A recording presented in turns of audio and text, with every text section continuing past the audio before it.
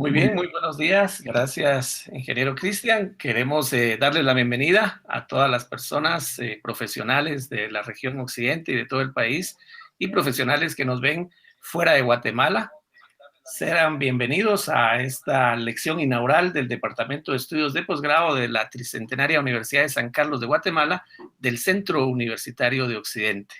En nombre de las autoridades de la Universidad de San Carlos de Guatemala, del Consejo Superior Universitario, de nuestra directora, maestra María del Rosario Paz Cabrera, secretaria administrativa Silvia del Rosario, le damos la bienvenida, así como de todos los que conformamos el equipo de trabajo del Departamento de Estudios de Posgrado, coordinadores, personal administrativo, quienes han estado atentos a poder iniciar en un momento difícil, en un momento complicado de pandemia, nuevamente nuestras actividades académicas.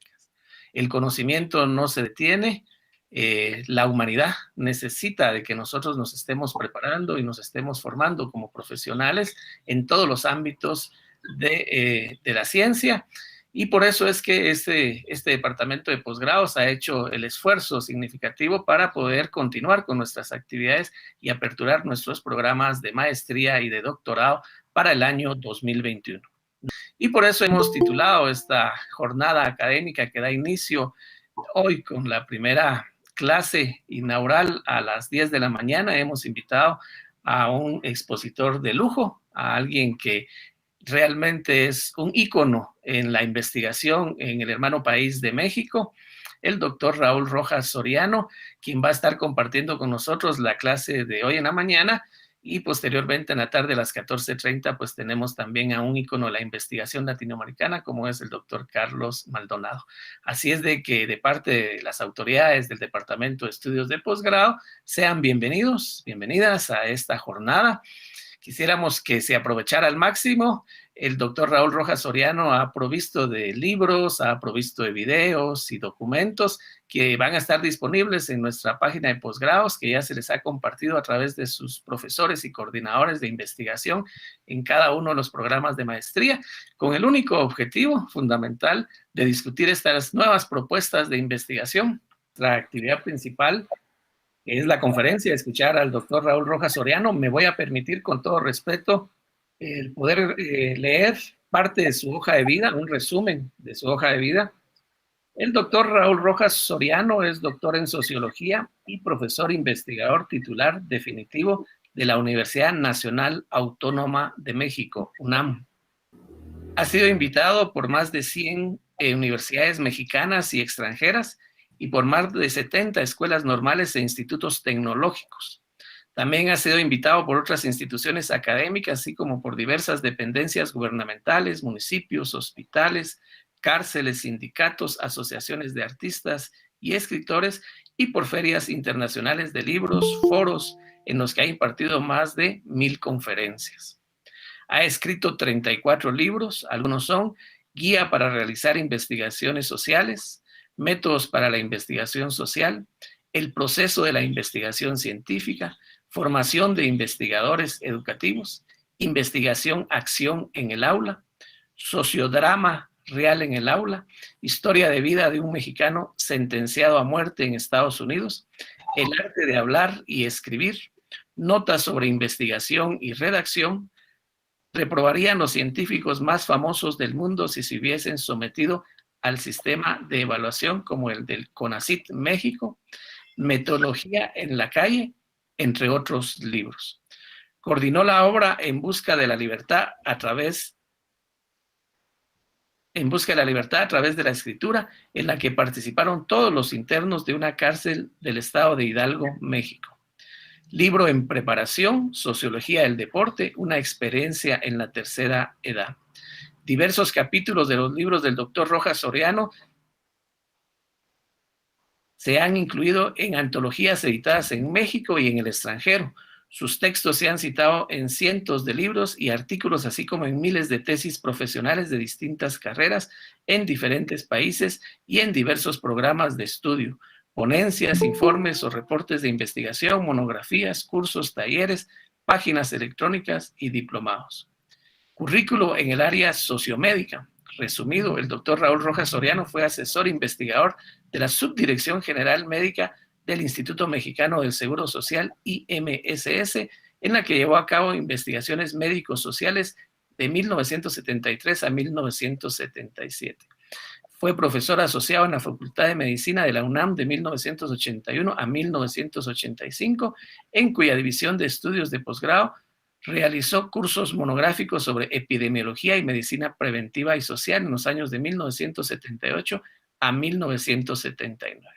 Ha escrito 5 libros relacionados con la salud, enfermedad y la práctica médica desde una perspectiva sociológica: Capitalismo y enfermedad, Sociología médica, Crisis, salud, enfermedad y práctica médica, investigación, acción en el deporte, nutrición y salud, enfoques sociológicos sobre la pandemia del COVID-19.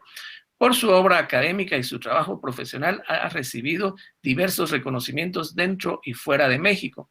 En 2018 le fueron otorgados al doctor Rojas Soriano por sus investigaciones en el área de salud, enfermedad y por ser un deportista destacado, los principales premios de las siguientes instituciones. En Colombia, el 12 de mayo, la Sociedad Internacional de Investigación, Salud y Desarrollo Empresarial Internacional de Investigación y Tecnología, CIDET, le otorgó el premio por ser el más destacado profesional de ciencias de la salud en el año 2018.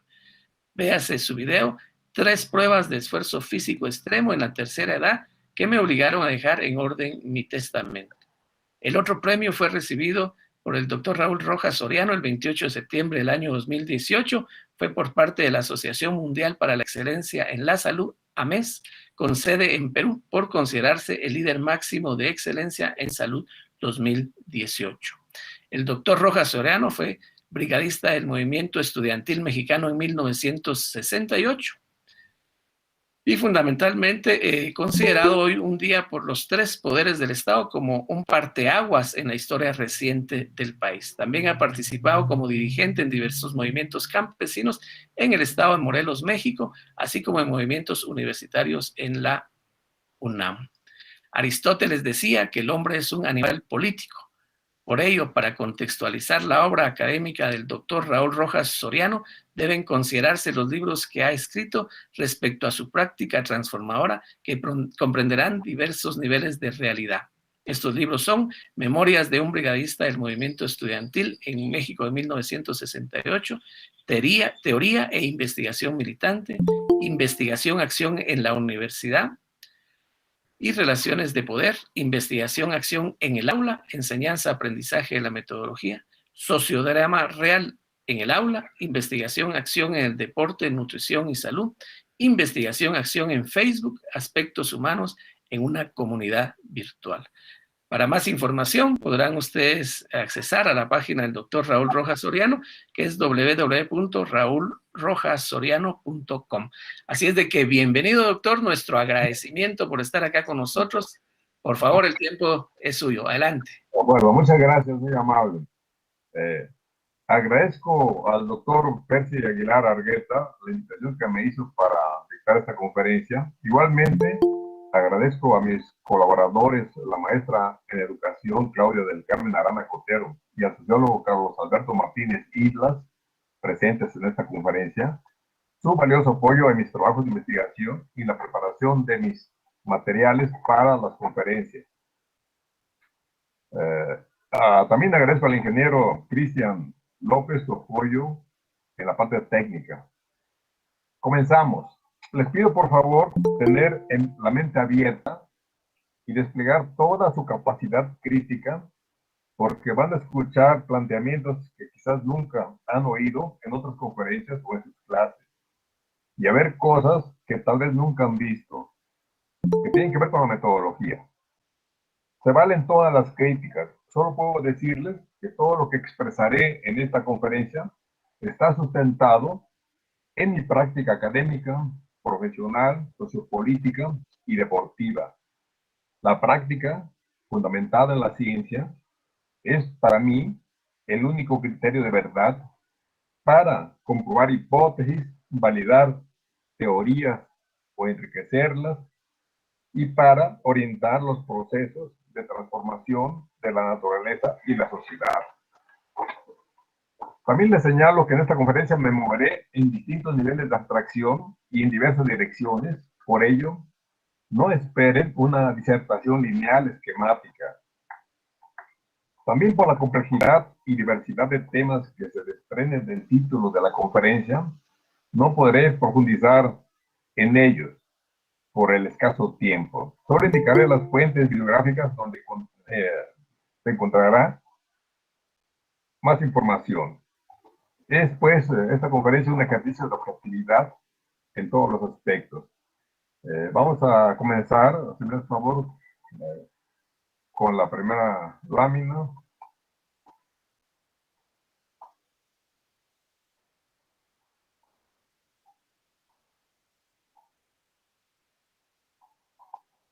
Carlos.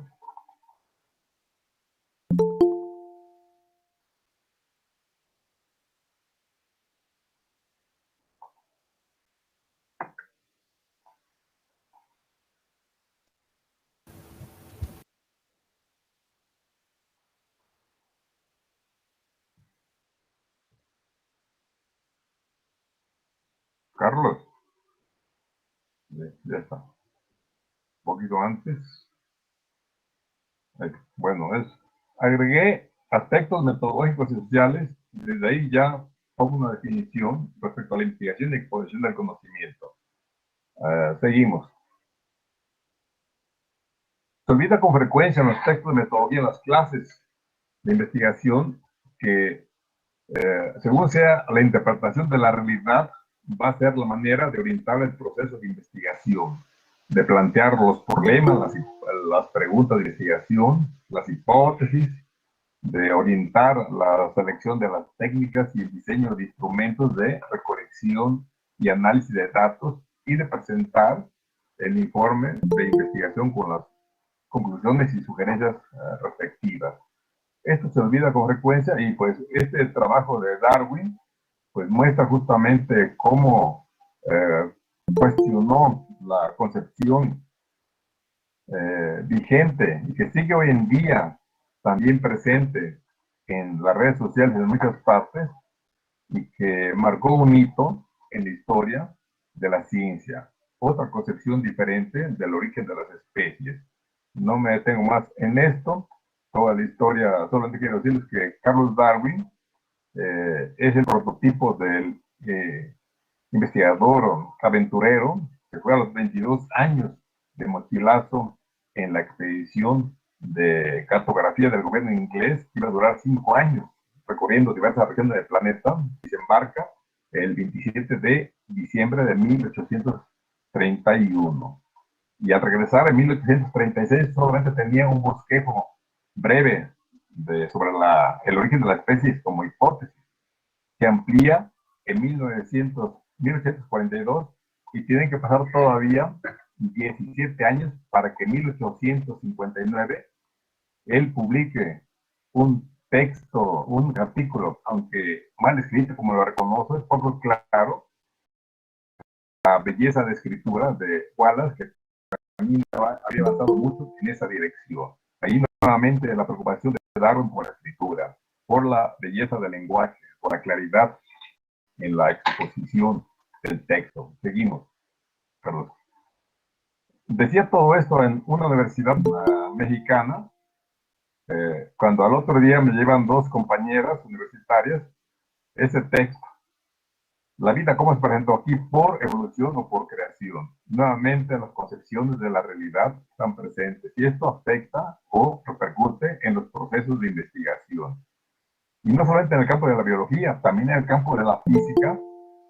Las grandes discusiones que tuvo Albert Einstein y Niels Bohr en los famosos congresos de Solvay en Bélgica en 1927 y 1930, entre la mecánica cuántica y la mecánica clásica, que dan cuenta de dos concepciones distintas acerca de la materia, que hoy en día sigue todavía la discusión en los foros mundiales en el campo de la física. Nuevamente entramos a un debate que tiene que ver con la concepción filosófica, con toda una cuestión epistemológica de cómo se construye el conocimiento.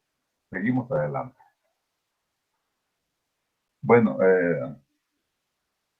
la concepción dialéctica de la investigación surge En mi caso, porque a través de la revisión de personajes como Heráclito y de muchos otros en el mundo y de la práctica científica y de mi propia práctica eh, en distintos campos, me ha llevado a quedarme con la concepción dialéctica de la investigación.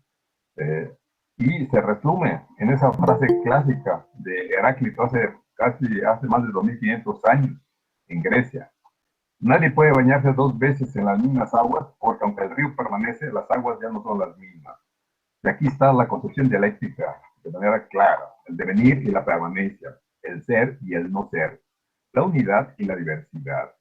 Y pues aquí nuevamente la importancia de ver donde otros no ven, de analizar aquello que resulta obvio para muchas personas, pero para la científica, el científico, puede ser motivo de una gran reflexión.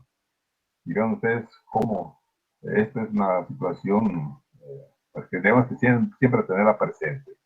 Yo me bañaba en los arroyos de mi pueblo cuando era niño y adolescente y jamás me ocurrió una idea tan brillante como esta de Heráclito. Ya fue el primer automóvil que me hice por no haberme fijado en eso.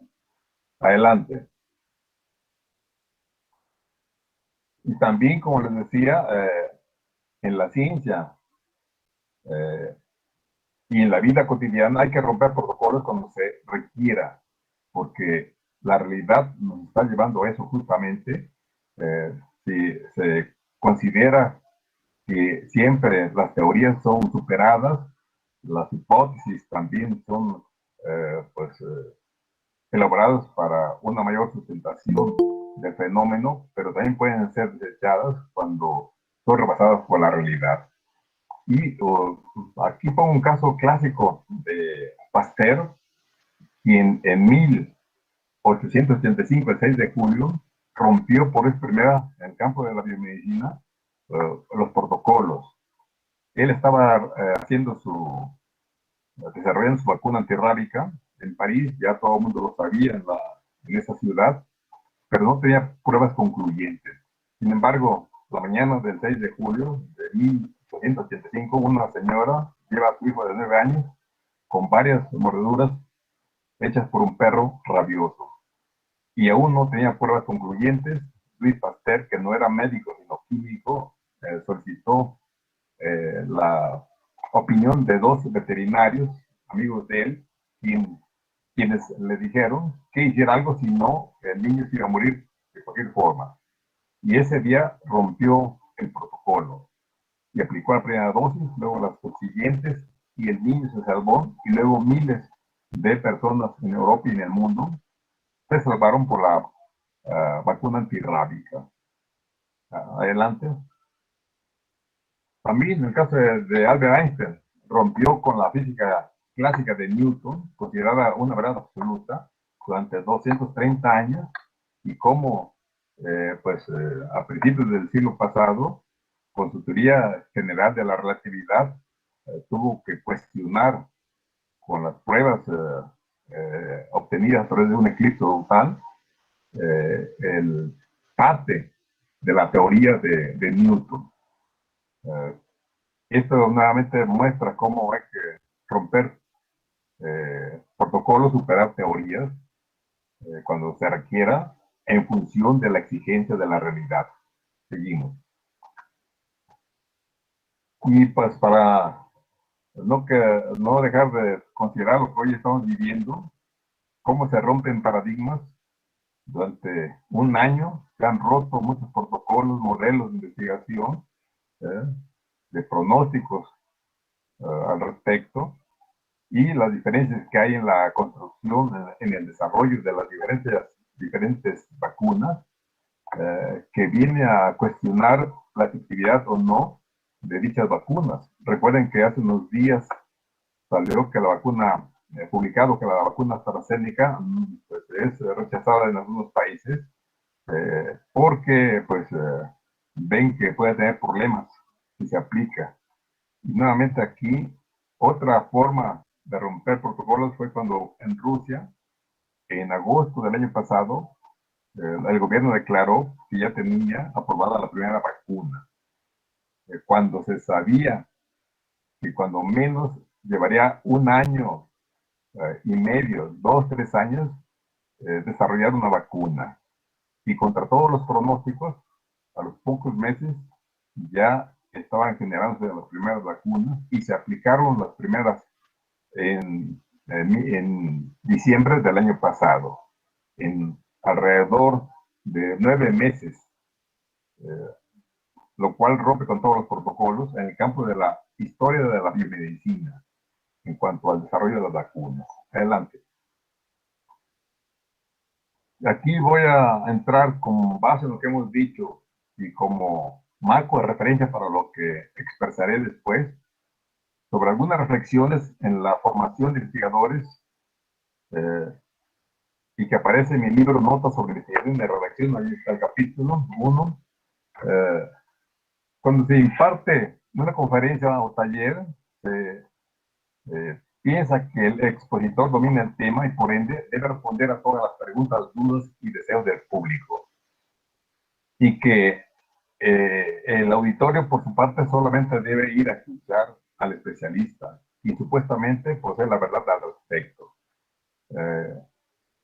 Y aquí pues quiero decepcionarlos porque yo no vengo a responder las preguntas, a quitarles sus dudas, sino a dejarles más dudas, más preguntas, y también justamente en esa idea de que la gente no solamente venga a escuchar, le envía al doctor Percy Aguilar un listado de sugerencias para que hicieran lecturas previas de algunos textos, vieran algunos videos, para que tuvieran algún material de lectura previa a la conferencia y de este modo vayamos superando poco a poco la concepción positivista del conocimiento, de la ciencia, de la educación, de la investigación, y que viene justamente desde el fundador del positivismo, Augusto Comte, y refuerza esta idea. Uno de los principales seguidores, a principios del siglo pasado, Emilio Durkheim, en su libro Educación y Sociología, planteaba: hay hombres que nacieron para pensar y hombres que nacieron para obedecer.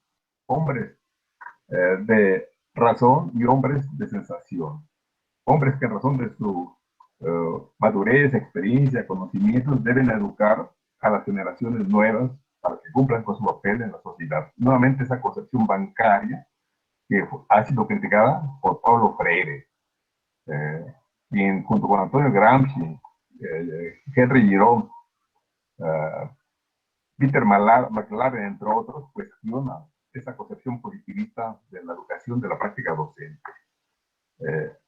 También en esta idea positivista que sigue dominando en todas partes, porque me llegan solicitudes que les apoye para que les diga, me llegan por correo o mensajes que les apoye sobre cómo realizar una investigación, ¿no?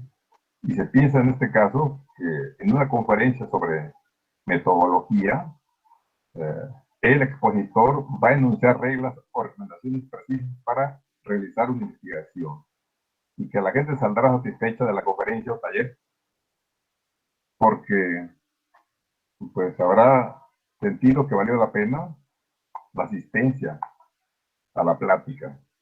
Aquí no voy a anunciar reglas o recomendaciones, las tengo.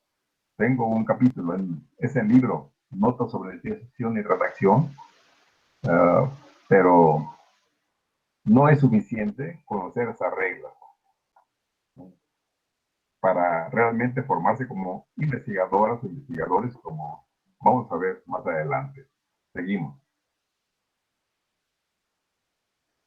Aquí voy a plantear algunas cuestiones que empiezan a generar cierto, pues, discusión en cuanto a que los grandes investigadores e investigadoras, Newton, Pasteur, Darwin, Einstein, Marie Curie, Marx, etc., nunca fueron a la universidad a estudiar metodología de la investigación para realizar sus trabajos científicos y quizás fue mejor así afortunadamente.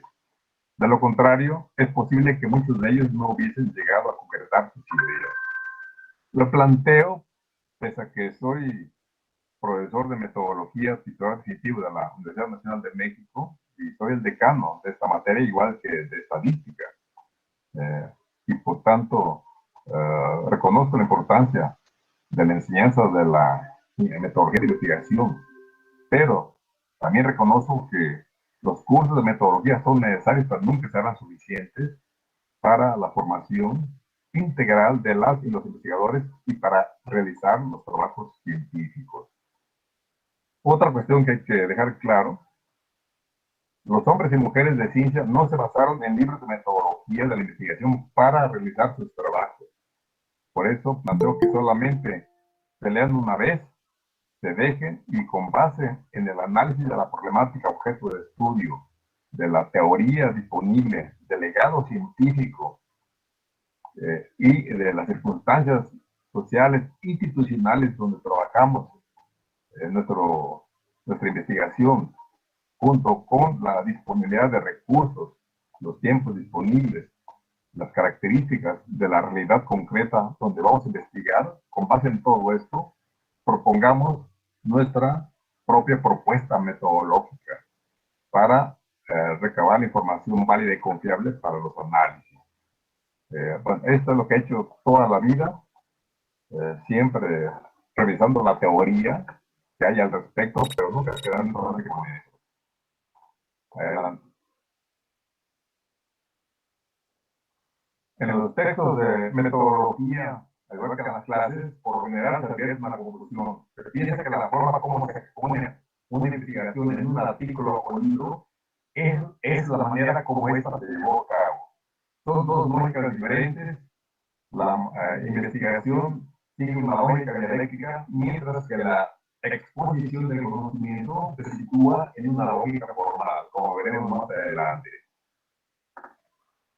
También los científicos que han hecho aportaciones trascendentes en su respectivo campo no se siguieron a un esquema único o a ciertos diseños de investigación al realizar sus trabajos, tal como hoy lo exigen las instituciones educativas para registrar proyectos de tesis profesionales y las dependencias gubernamentales para otorgar financiamiento a las investigaciones. Adelante. Y aquí es algo que pues, me llevó a enviarle este texto al Consejo Nacional de Ciencia y Tecnología de mi país, y que pues, vino a generar toda una problemática al interior de los becarios el año pasado, hace 2 años, en 2019, de que todos los científicos y científicas que han hecho aportaciones significativas hubiesen reprobado o se les hubiese cancelado el financiamiento de estas investigaciones si se hubiesen sometido a los sistemas actuales de evaluación institucional. Sobre esto hay una experiencia que aparece en un libro que publicamos sobre investigación y evaluación institucional de México, el caso de CONACYT, en donde relatamos justamente la experiencia con los becarios de doctorado y postdoctorado en el extranjero de esta institución, que es el órgano rector de la ciencia y la tecnología en México, en donde justamente, pues digamos, a demostrar que la investigación no puede estar sometido a criterios burocráticos. Sobre eso hay una discusión que ahí desarrollo en este texto. Luego también la manera como se investiga en el ámbito académico, por ejemplo, en los institutos de investigación o para elaborar trabajos de tesis, es distinto del modo como se lleva a cabo el proceso de investigación en las esferas gubernamental o privada o en otros sectores sociales. Por tanto, la investigación es un proceso sociohistórico, es decir, no se realiza en forma abstracta. Sin duda, los condicionantes sociales e institucionales dejan sentir su presencia en los distintos aspectos de la investigación. Adelante. También establecer una diferencia. Una cosa es cómo se enseña a investigar los cursos formales o extracurriculares, ¿no? Y otra cosa es cómo se aplican las orientaciones metodológicas en la práctica concreta. esto es algo también que debe mostrársele a los alumnos y alumnas, porque no puede llevarse a cabo una investigación siguiendo de manera esquemática, lineal, lo que se aprende en la clase. Se tiene que situar en cada realidad concreta para que efectivamente trascienda nuestras propuestas de investigación. Y también la práctica demuestra que en la calle y en otros lugares públicos, al igual que viajar en el transporte colectivo, esos espacios sirven para generar ideas o profundizar en ellas. O sea, sacar la metodología de los libros, de las conferencias, de las clases y mostrar cómo la metodología, al igual que las reflexiones epistemológicas, se encuentran presentes en los diversos espacios sociales. Sobre esto, tengo un libro, Metodología en la calle, que escribí justamente con base en las experiencias en la calle. Adelante. Haciendo un resumen, estos son los planteamientos centrales de mi propuesta metodológica, desarrollada a través de la práctica académica, profesional, sociopolítica y deportiva. La investigación es un proceso sociohistórico, la investigación es un proceso dialéctico, la investigación es un proceso objetivo-subjetivo. Adelante. Y pues aquí analizo justamente por qué es un proceso objetivo-subjetivo, ¿sí? Y cómo la pandemia vino a demostrar la validez de este planteamiento, como lo demuestro en el libro, que ya casi termino de escribir, pero que ya está publicado en mi página electrónica, los 8 primeros capítulos, enfoques sociológicos sobre la pandemia de COVID-19, enigmas y desafíos a la ciencia. Adelante. Y cómo la parte de la subjetividad está presente aquí, como que se expresa en nuestras limitaciones psicofísicas, en la ideología y también en nuestros sentimientos y emociones. Aquí en este caso, como una falla humana en el desarrollo de la vacuna AstraZeneca, en los principios del mes, la Universidad de Oxford no informó a 150 voluntarios sobre dosis equivocadas de la vacuna contra COVID. Un error tremendo de uno de los principales laboratorios y también de una de las principales universidades del mundo. Esa falla humana, para que vean cómo está presente la subjetividad aquí. Adelante. Pero no solamente en el campo de la biomedicina, con la más alta tecnología disponible. Ven ustedes cómo la polémica que tuve sobre los libros de historia en México en 1992 con dos funcionarios federales del gobierno de México, me llevó nuevamente a cuestionar cómo se construyen las verdades en el campo de la historia, porque modificaron los libros de historia a conveniencia por el nuevo gobierno de Carlos Salinas de Gortari, y pues se dio una polémica bastante fuerte con estos principales funcionarios y con el principal historiador de México, Enrique Flores Cano. Lo cuestioné y al final, la siguiente, Carlos, lo que me dijo Enrique Flores Cano, y que vale para todos los libros de historia de todo el mundo. Al final, en el segundo párrafo, me expresó Enrique Flores Cano que en los libros de texto de historia se encuentra una carga política e ideológica de los grupos en el poder y no puede ser de otra manera. Nuevamente aquí, cómo se construye la verdad científica. Lo he vivido cuando hice mi libro sobre memorias de un brigadista del movimiento estudiantil mexicano de 1968, y ahí nuevamente enfrenté este problema. Cómo hay varias versiones de ese movimiento estudiantil que es el parteaguas en la historia sociopolítica de México, reconocido por los tres poderes del Estado mexicano como uno de los movimientos más trascendentes en la historia reciente de México. Adelante. Y bueno, aquí entramos a algo más concreto. Para mí hay varios niveles de la metodología de investigación. El filosófico, que implica la concepción de la realidad como vimos al inicio de la conferencia, pero también la metodología de investigación se encuentra presente en las teorías generales, en las teorías específicas y también en los conceptos con base en los cuales se construyen dichas teorías, porque son guías para orientar el proceso de búsqueda de información empírica, igual que las hipótesis.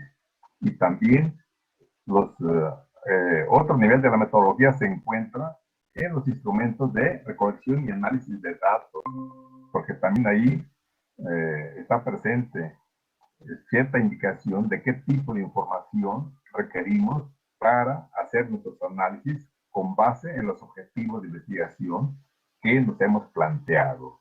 O sea, no hay un solo nivel de la metodología como a veces se ha planteado y que pues se ha expresado solamente a nivel de la metodología empírica, de la selección de técnicas, diseño de instrumentos de recolección y análisis de datos, diseño de muestras y ya ahí la metodología. Esta es la visión del positivismo, solamente a ese nivel se queda la metodología, pero no, desde mi perspectiva hay varios niveles de la metodología de investigación como los que acabo de mencionar.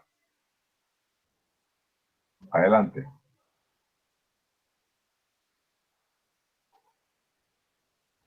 La siguiente.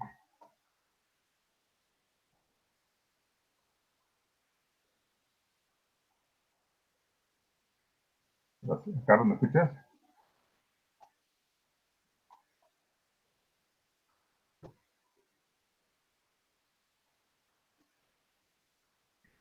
Bueno, aquí entramos a una cuestión que les pido un poco de paciencia. Este esquema, y así se le puede llamar, sobre el proceso de investigación para la investigación convencional, pues me llevó a 15 años. No está todavía terminado, lo publiqué en 1992 en el libro de formación de investigadores educativos. Pero aquí, ¿cómo se investiga el proceso de investigación en el ámbito convencional? Seguimos con la siguiente, Carlos. Y esto es cómo se expone el trabajo de investigación. Por eso es la conclusión que se trae. Aquí todo en orden, desde la portada, el índice, definición del problema, justificación del estudio, por qué, para qué se hace la investigación, objetivos, planteamiento del problema, preguntas, elementos del marco teórico y conceptual, formulación de hipótesis, etcétera, hasta plantear el capitulado, anexo y bibliografía. Esto, vean ustedes, el orden, pero es un orden de acuerdo con una lógica formal. La otra forma es la manera como se lleva a cabo el proceso de investigación. Volvemos a lo anterior. Y puede una persona iniciar la investigación con preguntas generales, o también otra puede iniciar revisando los elementos teóricos disponibles, otra puede revisar los análisis que se han hecho sobre esa realidad, estudios empíricos, etcétera. Y vean ustedes que alguien puede comenzar a delimitar el tema, mientras que otros quizás empiecen a justificar el estudio. Y siempre hay una primera, segunda, tercera, a la N versión. Y aquí planteo lo siguiente: para mí la investigación no es la suma de pasos o etapas ligados mecánicamente, sino el conjunto de procesos específicos vinculados dialécticamente. Por eso es un proceso de ir y venir. Y en mis seminarios de titulación les planteo a los compañeros, compañeras, que no solamente me entreguen sus avances, sino también sus retrocesos. Es parte del proceso de investigación que todas las y los científicos han enfrentado en la historia de la ciencia. Este ir y venir, hasta que poco a poco se va cerrando el camino, después de muchas discusiones en donde está el método de análisis, síntesis, la inducción, la deducción, y se avanza, se retrocede, ¿sí? Y poco a poco se va avanzando hasta tener formulación de hipótesis de los que se desprenden las variables, los indicadores y el tipo de técnicas y el tipo de instrumentos de recolección de datos para recabar la información pertinente, que sea válida y confiable. Entonces, aquí en la parte superior derecha está un planteamiento que no aparece en ningún esquema de investigación en el mundo, ningún texto de metodología. Para mí la investigación es un proceso objetivo y subjetivo, en donde hay presencia de valores, prejuicios, deseos, limitaciones que me llevan a expresar: no encuentro la salida, estoy perdido, me siento frustrado. Y pregunto a los que me escuchan, a las personas presentes, ¿hay alguien que no haya sentido esta situación de sentirse perdida, perdido, de no saber cómo avanzar, de que hay más dudas que respuestas y que hay más dispersión, caos al inicio de cualquier investigación? No sentimos esto de una u otra forma. Esto es lo que sucede. Y en el libro de Reprobarían los científicos más famosos del mundo, relato los casos de 27 grandes investigadores e investigadoras de todas las áreas del conocimiento que vivieron este momento también de frustración, de no saber cómo avanzar en el proceso de investigación. Por eso la investigación es un proceso objetivo y subjetivo. ¿Seguimos, Carlos? Bueno, ya vimos nosotros qué es la manera como se expone el trabajo. Seguimos. En este texto detallo el análisis de la metodología de investigación y de exposición, y explico con más profundidad los esquemas antes planteados. Seguimos. En este libro, pues ya me refiero a la investigación convencional, que es una de ellas, la que se basa en la cuantitativa, en donde expongo varios de los ejemplos de trabajos de investigación que desarrollé en el Instituto Mexicano del Seguro Social, y en donde realizamos encuestas en todo el país para conocer las opiniones de los usuarios, de los derechohabientes, y tratar de adaptar la atención médica a las características socioculturales de la población. Adelante.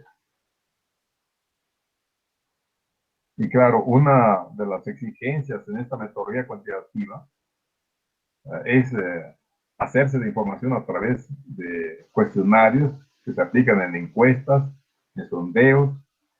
Y el año pasado en mi país, en México, en la Suprema Corte de Justicia de la Nación aprobó una pregunta el 1 de octubre de 2020, y ese día no pude dormir porque la pregunta que ustedes ven aquí realmente es una pregunta que me llevó a plantear y a divulgarlo masivamente en las redes sociales, que es una pregunta confusa, profusa y difusa, la que aprobaron los ministros de la Suprema Corte de Justicia de la Nación, y que por tanto no va a proporcionar información veraz en la consulta popular para enjuiciar a los 5 expresidentes de la República en agosto de este año. Y escribí un texto de 8 páginas, ahí está en el blog de mi página electrónica el texto, para decirles a los ministros de la Suprema Corte de Justicia de la Nación que para hacer preguntas a la realidad hay que estar preparados teórica y metodológicamente. ¿Sí? Y pues no solamente esto, les envié el documento a todos los ministros de la Suprema Corte de Justicia de la Nación, al presidente de la República, al presidente, al secretario de Gobernación, que sería el Ministerio del Interior en otros países, a las cámaras de diputados y senadores, y al Instituto Nacional Electoral, para que supieran de mi opinión al respecto. Aquí nuevamente entramos a un debate de que no basta con haber llevado a cabo un proceso rigurosamente bien diseñado, sustentado metodológica y teóricamente para diseñar cuestionarios, si las preguntas no cumplen con los requisitos de validez y confiabilidad, como esta. Ya en el texto hago una propuesta de pregunta. Y también, esto no es de ahora. Hace 12 años también pasó lo mismo. Lo siguiente, Carlos, con una consulta popular sobre energética, y 2 preguntas que fueron aprobadas por el gobierno de la Ciudad de México junto con la Cámara de Diputados local, que realmente dejaban mucho que desear. No pude evitar durante 15 días estar revisando las preguntas, un texto de cerca de 20 páginas que hice cuestionando esas preguntas, porque había fallas de todo tipo, de semánticas históricas, de redacción, y supuestamente habían sido elaboradas por investigadores de 3 reconocidas universidades. La revista Quehacer Político me pidió una síntesis de ese texto.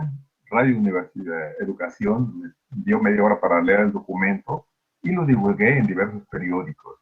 Se encuentra el texto completo en el libro Metodología en la calle. Allí está la referencia bibliográfica para que vean ustedes que no es fácil hacerle preguntas a la realidad. ¿Sí? Adelante. Y pues no solamente se tiene que tener un instrumento válido y confiable, una guía de observación, de entrevista, un cuestionario para una encuesta. Se tiene que, en el trabajo de campo, establecer el rapport, o sea, la empatía entre el entrevistado y el entrevistador. Tengo varias experiencias al respecto. Una de ellas es una experiencia de investigación empírica en Cuba en 2008. ¿Cómo logré que la novia de uno de los héroes más queridos de Cuba fuera Páez García? Yo digo que más querido por encima de Fidel Castro y de Che Guevara, pues me dejó, después de tomarme un café con ella, me dejó ver las cartas que le había enviado ese legendario luchador y toda la trama revolucionaria y amorosa que estaban presentes en las cartas. Y no solamente me dejó leerlas, después de otro café pude dejar que me fotografiara las cartas. Y es lo que dice aquí esta cubana, Elia Prometa.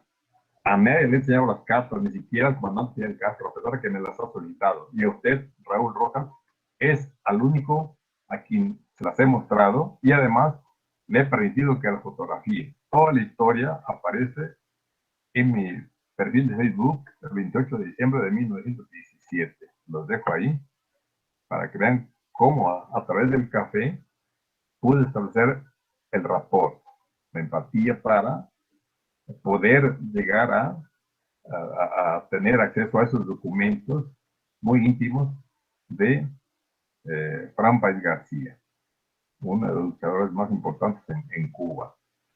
Adelante. Pues aparece la carta difuminada, una parte de la carta, por la razón señalada anterior, fue la promesa que le hice a la novia de Fran Páez García, Elia Prometa, por eso no está clara ahí, está difuminada, por esa razón. Adelante. Y claro, aquí también entramos a otra cuestión. Como le decía, mi conferencia no se maneja solamente en una sola dirección, sino en varias direcciones a través de la práctica. Y esto ya tiene que ver con la investigación-acción, la práctica como criterio de verdad para definir un concepto, en este caso cultura deportiva. El deportista que desee practicar un deporte debe, entre otras cosas, aquí pongo varios de los criterios, son varios. Y estos otros conceptos también los incluyo en el texto citado, investigación, acción en el deporte, nutrición y salud, un experimento con dieta vegetariana. Esto lo había publicado en 2015 en el texto que está ya en mi página electrónica, pero en octubre enfrenté en el gimnasio un problema. La siguiente causa es que me llevó justamente a tener una fuerte lesión en el lumbar que me afectó durante mes y medio. Pues la pierna derecha todo, un dolor intenso que me llevó a ver a traumatólogos y también a recurrir a la quiropráctica para atenderme, porque no podía yo ya realmente poder pararme por el dolor tan intenso. Y aquí tuve que ampliar la capacidad interpretativa del concepto. Agregué un nuevo punto en cuanto a la cultura deportiva.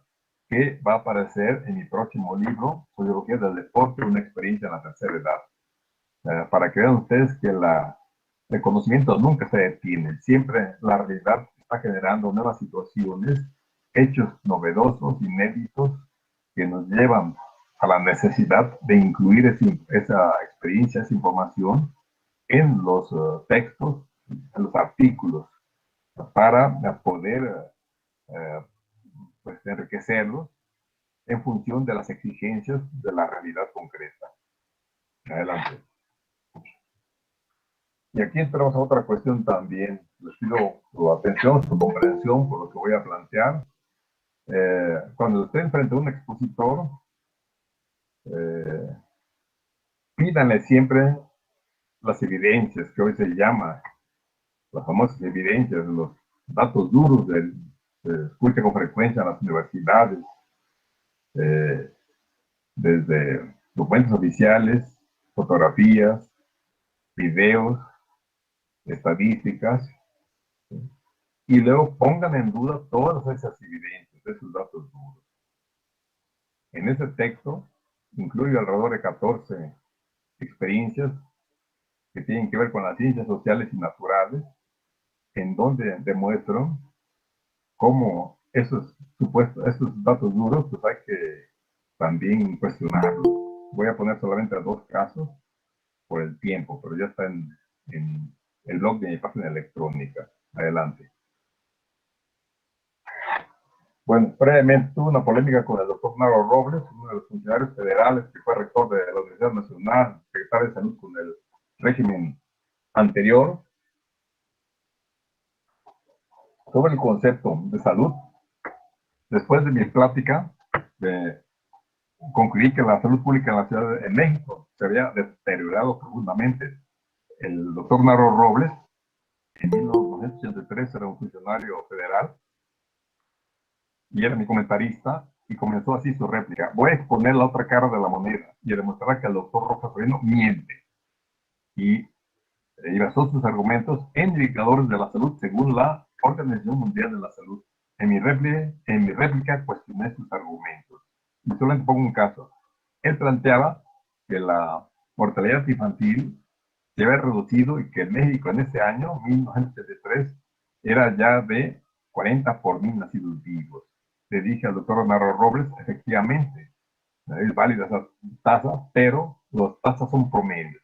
Si nosotros utilizamos el concepto de grupo social, clase social, región geoeconómica, veríamos como en las zonas indígenas, rurales, en las zonas marginadas de las ciudades, en las clases trabajadoras, la tasa de mortalidad infantil sube a 70-80 por 1000 nacidos vivos, y las clases que tienen el poder económico se reduce a 4 o 5 por 1000 nacidos vivos. Por eso la estadística puede servir para empezar a descubrir un fenómeno, pero también puede servir para encubrirlo.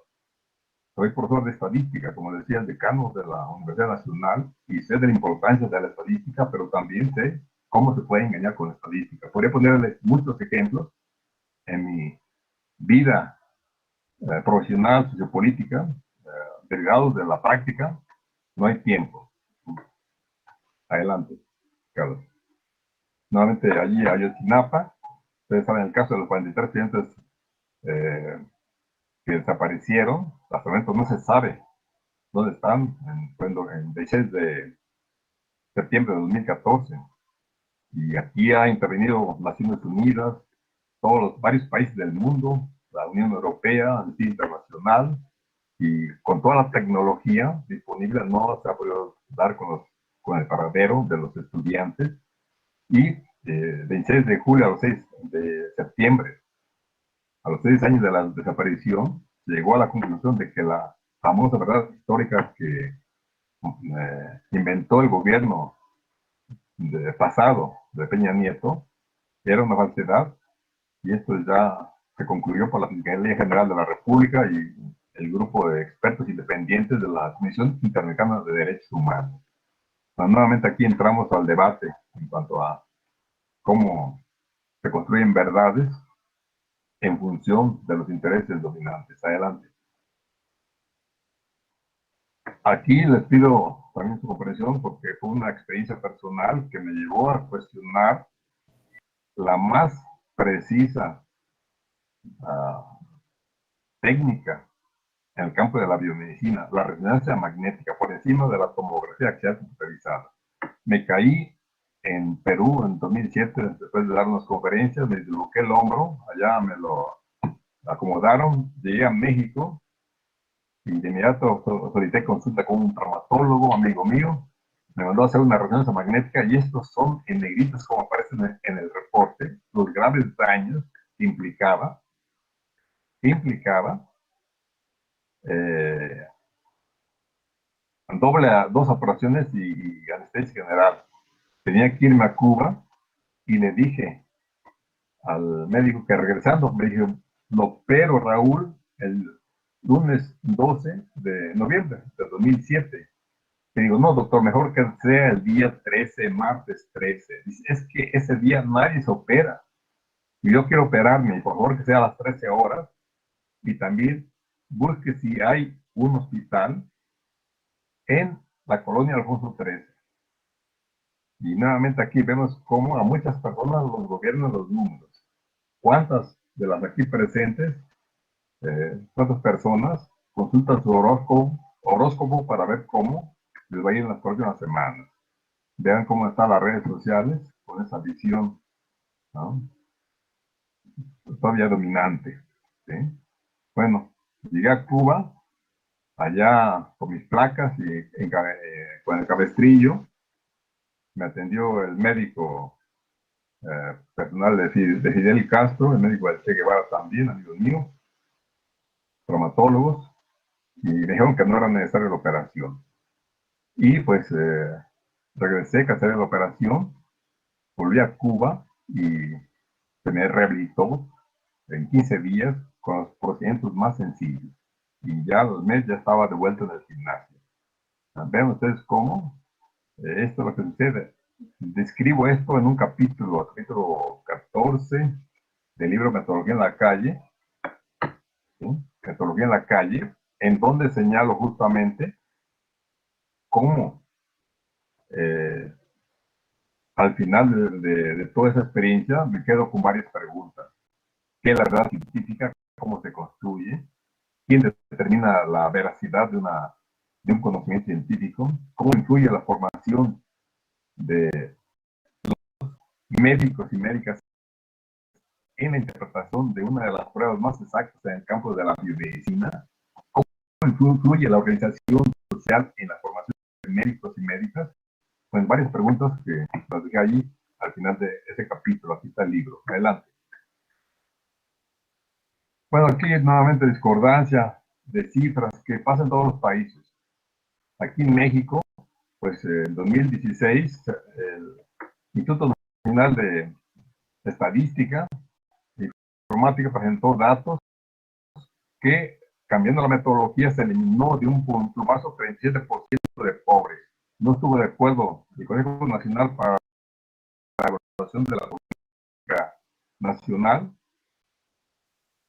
y llegó al Congreso esta discusión y tuvo que renunciar el jefe de censos del INEGI por esa manera tendenciosa de manipular la información estadística y presente a las elecciones federales para cambiar de gobierno.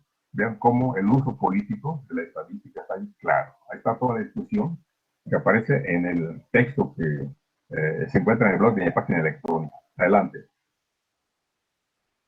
Y entramos aquí a algo que una compañera de ustedes me pidió que no dejara de citar, el famoso sistema de citas APA. Ya en el libro Notas sobre Investigación y Redacción, capítulo 6, hago una crítica a dicho sistema. Son 8 grupos de cuestionamientos. Adelante. No los voy a analizar, están en ese texto. Y pues muestra justamente cómo a veces se adoptan sistemas, en este caso para citar, solo porque vienen de un país desarrollado, sin que se adecuen o adecuen, es válido de las dos formas, según el diccionario oficial de nuestra lengua, a nuestra idiosincrasia. Y esto es lo que aquí analiza, entre muchas otras cosas, realmente. Son 8 grupos de cuestionamientos que ahí planteo, y esto se lo he enviado a los organismos rectores de la ciencia y la tecnología en México. Ahí está, adelante. Ahí está el libro, donde incluyo ese análisis, mi crítica, también en la última revisión que hice a la siguiente del citado de APA, de la última versión 2020, vean que persiste esa visión del citado, de solamente utilizar el primer apellido paterno. Que yo en este libro planteo, y soy muy fuerte en esto, yo tengo madre, compañeros lectores, y ustedes, señalando que, pues, ¿por qué no se incluye el apellido de la madre? Adelante. Ahí está. 2020, la última revisión. Nuevamente vean cómo sigue dominando esa forma de citar. Y esto, inclusive en Cuba, en todas partes, se da ya este fenómeno. Es muy difícil desterrarlo. Adelante. Pero no solamente eso. Indirectamente, como yo lo demuestro en este capítulo sobre el APA, induce indirectamente al plagio intelectual, que es un fenómeno que demerita el trabajo académico y que hoy en día se ha acrecentado a través de la Internet o el Internet y de las redes sociales. El plagio intelectual en todos los ámbitos académicos, culturales, políticos, etc. Este es un texto que escribí a raíz de un plagio que me cometieron y que me llevó a establecer una tipología del plagio. Adelante. Y aquí nuevamente es otra metodología que tiene que ver con la metodología cualitativa. La historia de vida de un mexicano sentenciado a muerte en Estados Unidos. Aquí el gobierno federal me pidió de favor que apoyara a la Comisión Nacional de los Derechos Humanos para evitar la ejecución de un mexicano sentenciado a muerte en 1999. Para que vean ustedes la complejidad de la cuestión. Había 3 diagnósticos totalmente distintos que me envió la Cancillería para empezar a trabajar sobre el caso.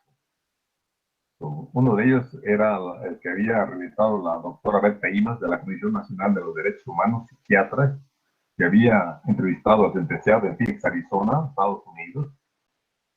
Y en las 3 ocasiones, con sus instrumentos de evaluación, llegó a la conclusión de que tenía retraso mental. Los psicólogos de la parte pues, defensora del gobierno mexicano en Phoenix, Arizona, en el consulado, con los que yo me entrevisté 4 horas, habían concluido que tenía esquizofrenia o paranoia.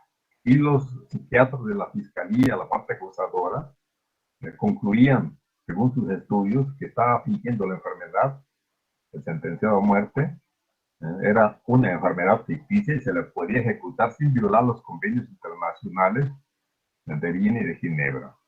Vean ustedes nuevamente la complejidad del caso. Y en el trabajo de campo que hice en el norte del país con familiares del sentenciado para recabar información y pedir nuevo juicio a los tribunales de Estados Unidos, pues enfrenté situaciones que nunca había vivido, y aquí relato, para que vean cómo cada situación es distinta en el trabajo de campo o en cualquier proyecto de investigación en la parte teórica.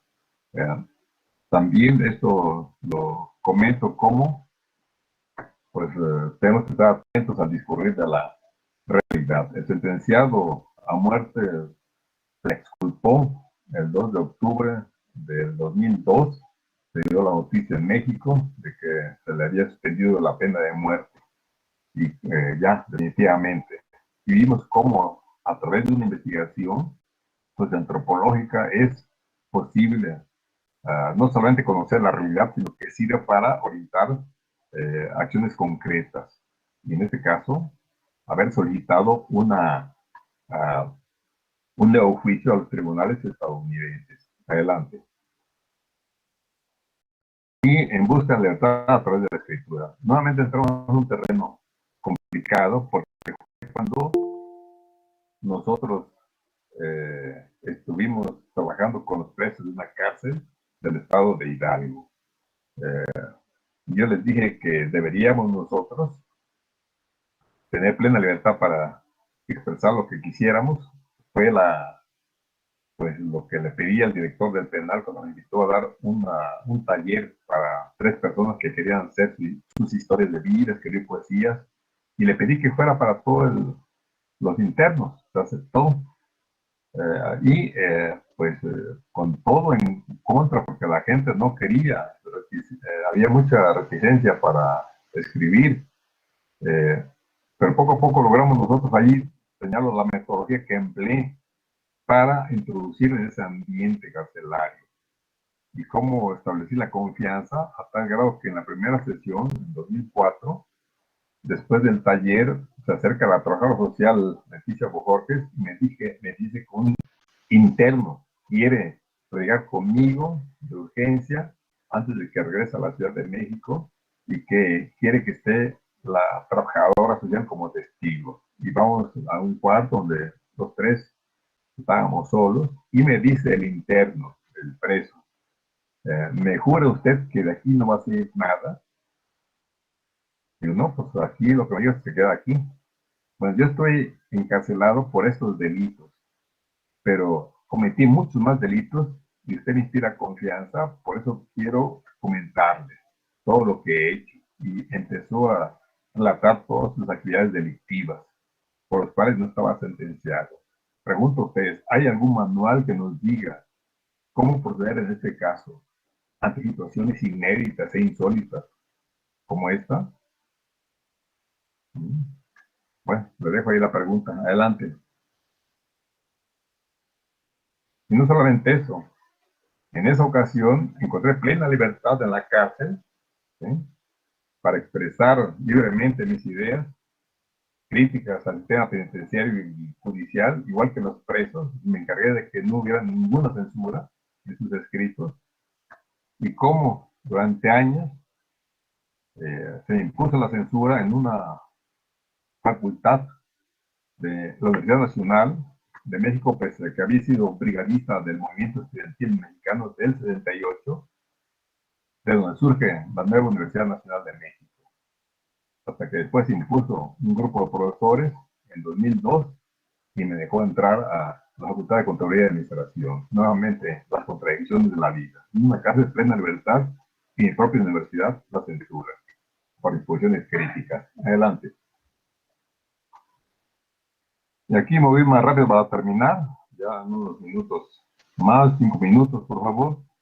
Mi propuesta metodológica no surge solamente de mi vida académica profesional, se fue consolidando a través de la participación en varios movimientos políticos y académicos. Y esto lo comento porque a mucha gente no le gusta, se lo digo sinceramente. Piensa más bien en una visión academicista de la investigación y por eso pues no quiere saber nada de cuestiones que pues le muevan su propia concepción del mundo, de la vida, la manera ordenada de ver la realidad sin mayor sobresalto. Y mi vida desde siempre ha sido pues un constante cuestionamiento en todos los aspectos. Adelante. Aquí ven ustedes, en este libro que ya he comentado, relato varios aspectos del movimiento estudiantil, hay un video al respecto, y expreso varios planteamientos que no se han hecho en los libros que se han escrito sobre ese movimiento que modificó o dividió al país en 2 momentos históricos, antes y después de ese movimiento. ¿Sí? Bueno, y también van a ver en la siguiente lámina algo que no aparece en ningún texto del mundo. Adelante.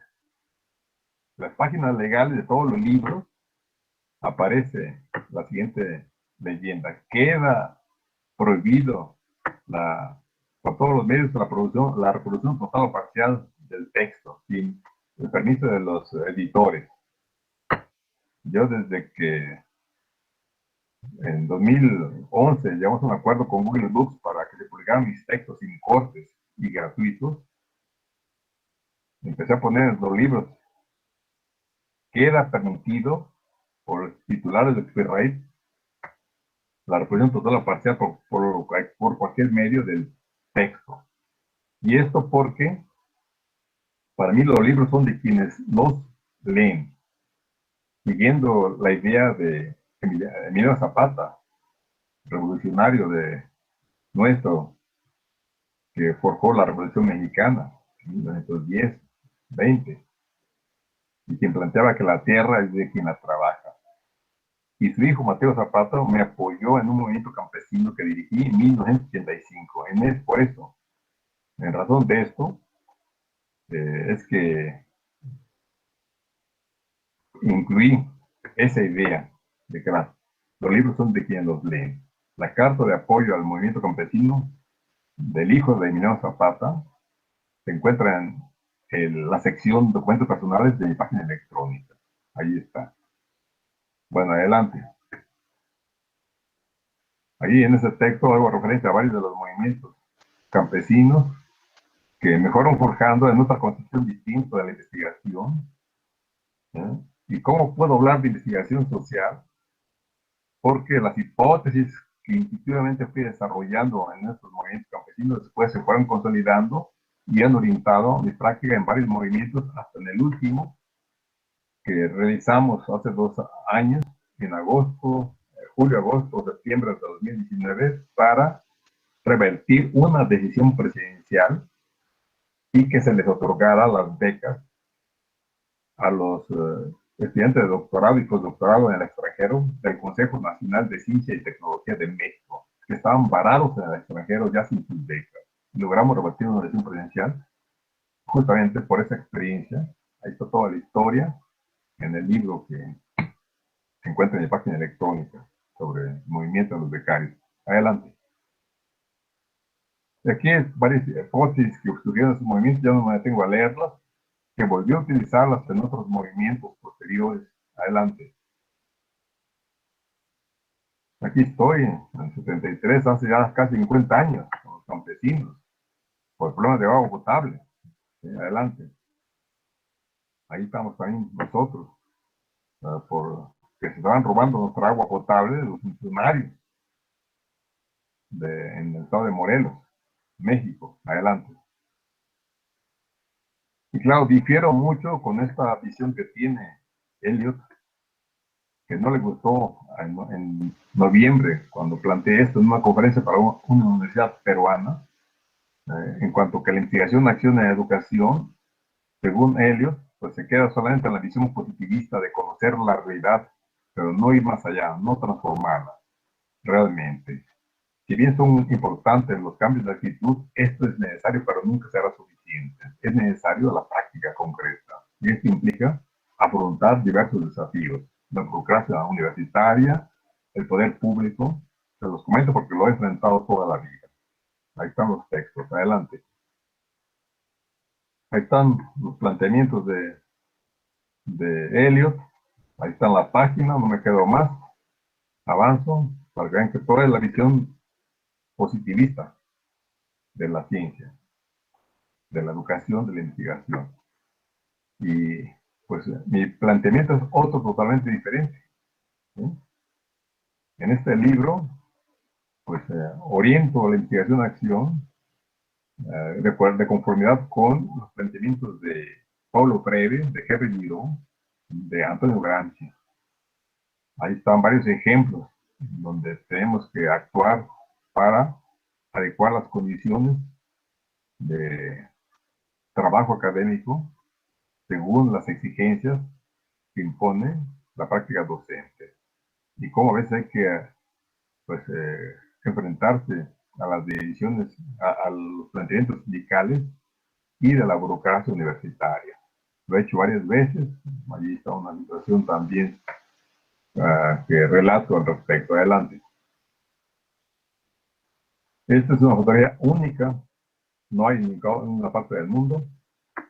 En 1973, hace ya casi 50 años, llevé a cientos de niños.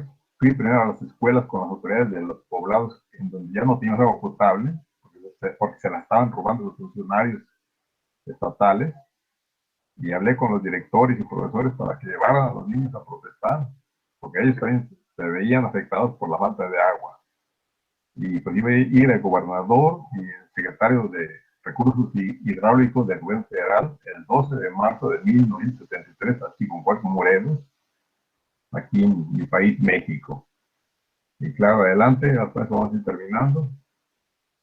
También pedí a los campesinos que encabezaran la marcha de protesta a dos mujeres. El machismo está hoy en día dominando en todas partes, en todas las universidades. No era fácil hace 50 años que esto se permitiera, pero logramos convencer a los campesinos. Dos mujeres ahí, encabezando la marcha. Adelante. Ahí está una toma del mitin. Adelante.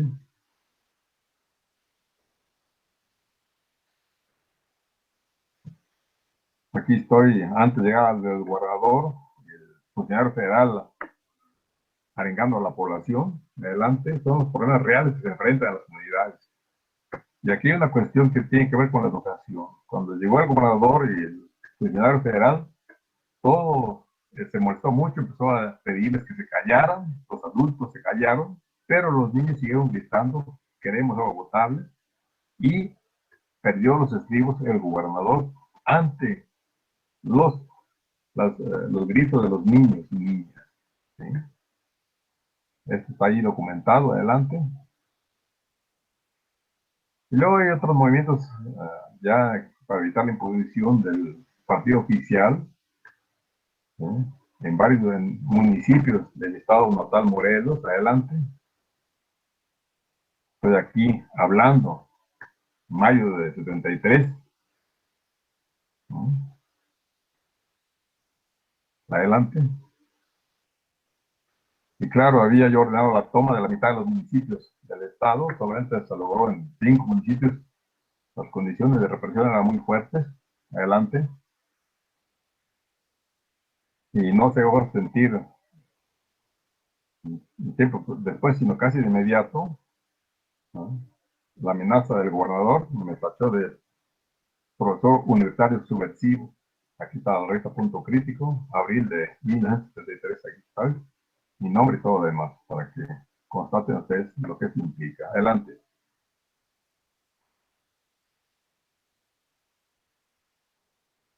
Bueno, otra investigación de acción fue en la UNAM, en 1991-92, adelante.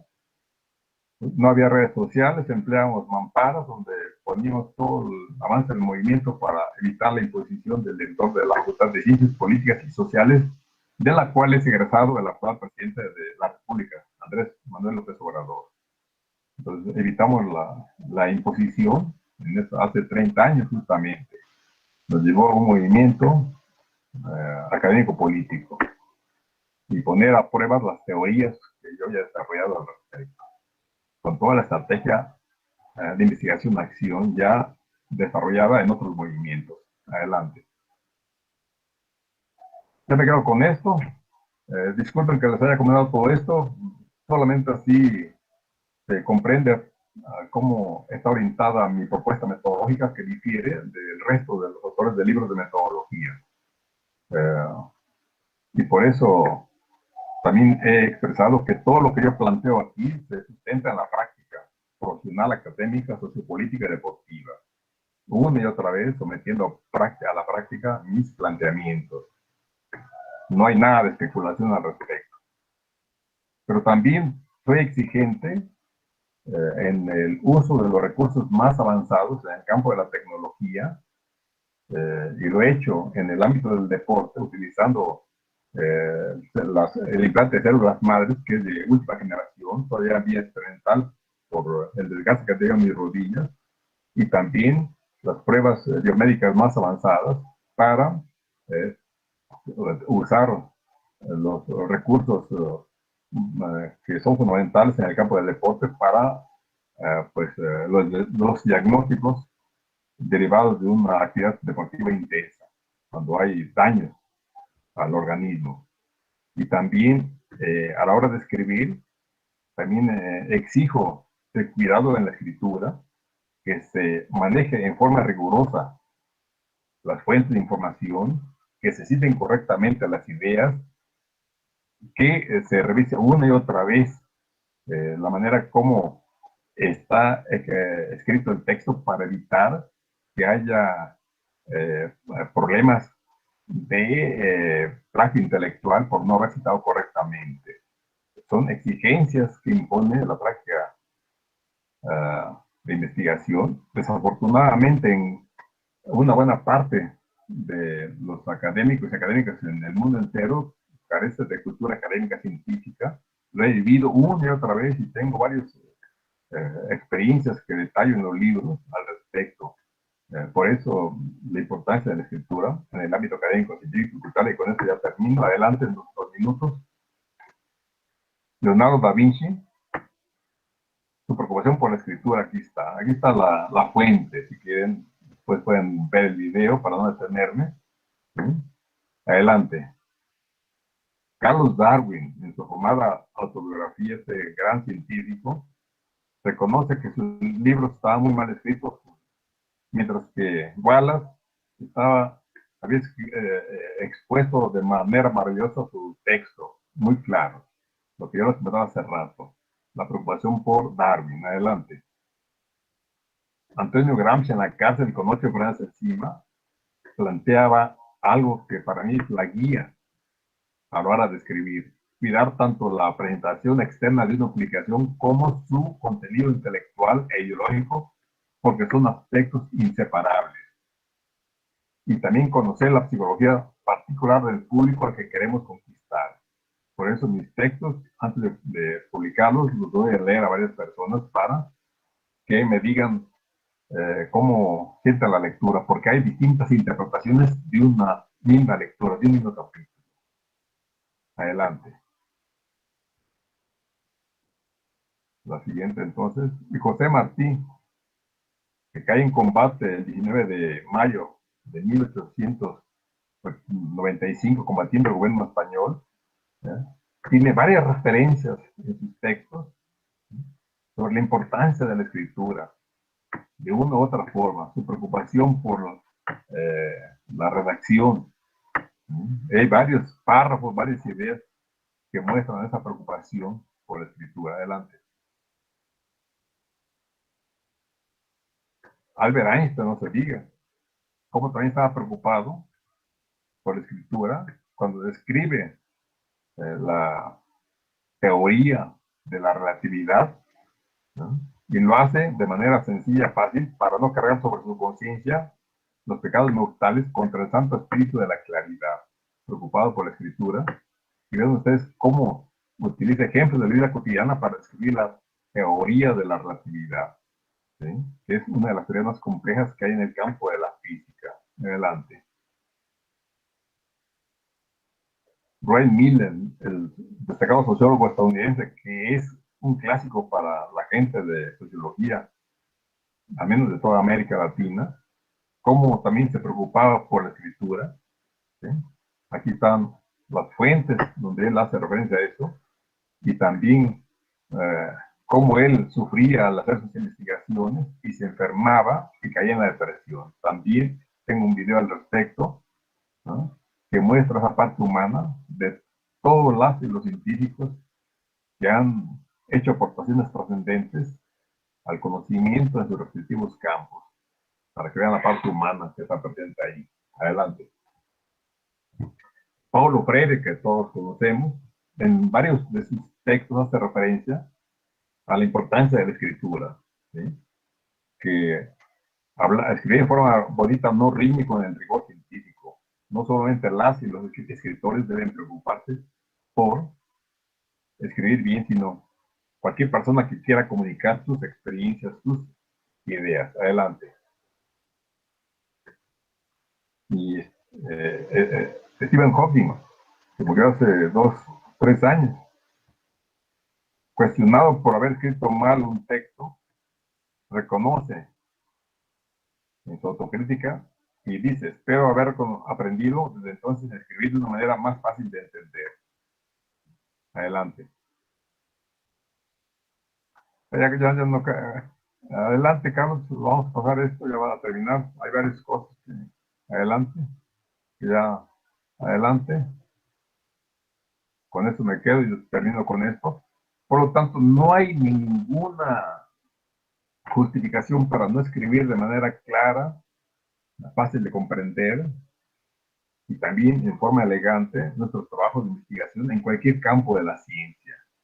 Hay varios ejemplos al respecto, como Asimov, como Carl Sagan, entre muchos otros, científicos reconocidos que se han preocupado por la escritura para la divulgación del conocimiento, para socializar las obras científicas. En este texto también incluyo algunas ideas, recomendaciones de cómo escribir de manera sencilla, clara, amena, para que trascienda nuestro trabajo y se logre la socialización del conocimiento. Me quedo con esto. Hasta acá. Muchas gracias por su atención. Si hay algunas preguntas. Gracias, doctor Raúl Rojas Soriano. Si estuviéramos en una sala, en este momento creo que todos los que estamos presentes nos levantaríamos a aplaudirle, así que lo hago yo en representación de ellos. Excelente presentación, estimado doctor. Le cuento que más o menos son 500 espectadores los que han estado presentes en esta conferencia inaugural. Realmente muy agradecido. Hay algunas personas que le mandan saludos, como el doctor Jorge Lemus, quien es parte del Departamento de Investigaciones de acá del CUNOC, le manda un fuerte saludo. Muchas gracias.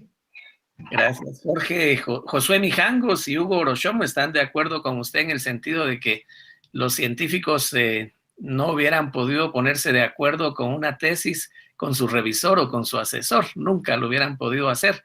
Y ese es uno de los grandes problemas que tenemos que ir avanzando y mejorando en esa forma de percibir la investigación.